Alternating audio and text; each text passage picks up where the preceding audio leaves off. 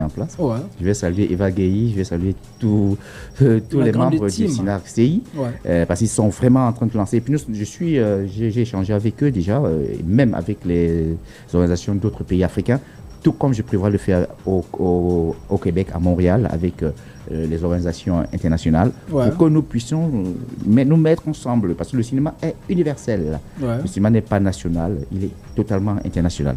Donc j'apporte ma pierre à l'édifice de la construction de cette industrie, et c'est ce que j'ai toujours fait jusqu'à aujourd'hui. Alors, avec vous aujourd'hui, Monsieur Brice, on est en train de parler de la passion à la légende. À quel moment est-ce que le cinéma est entré dans votre vie?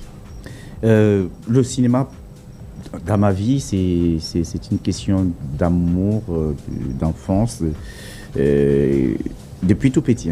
Depuis tout petit, j'ai eu cette passion pour l'art.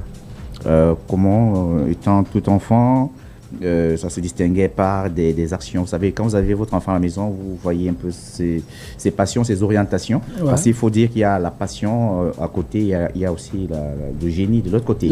Ça, c'est deux thèmes qui ne sont pas pareils, mais qui se retrouvent en la même personne. On peut être passionné pour quelque chose, mais ne pas forcément avoir le génie pour la chose.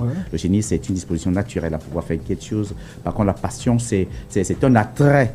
Un amour pour quelque chose. Un joueur peut être passionné de football, mais ne pas pouvoir jouer au football. Par contre, un autre peut en être passionné et en avoir le génie aussi. Et c'est pourquoi le génie ne suffit pas.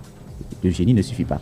La passion peut-être peut suffire, mais s'il n'y a pas de génie, ça ne marche pas. S'il y a la passion et le génie, c'est parfait, mais sauf que le génie ne suffit pas.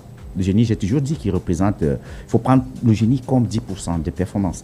Et la chose à faire, c'est de raffiner le génie. Il faut le raffiner. Je prends souvent l'exemple dans mes expositions, mes formations, je prends l'exemple de l'or. L'or brut, on va vous donner, ça ne sert à rien.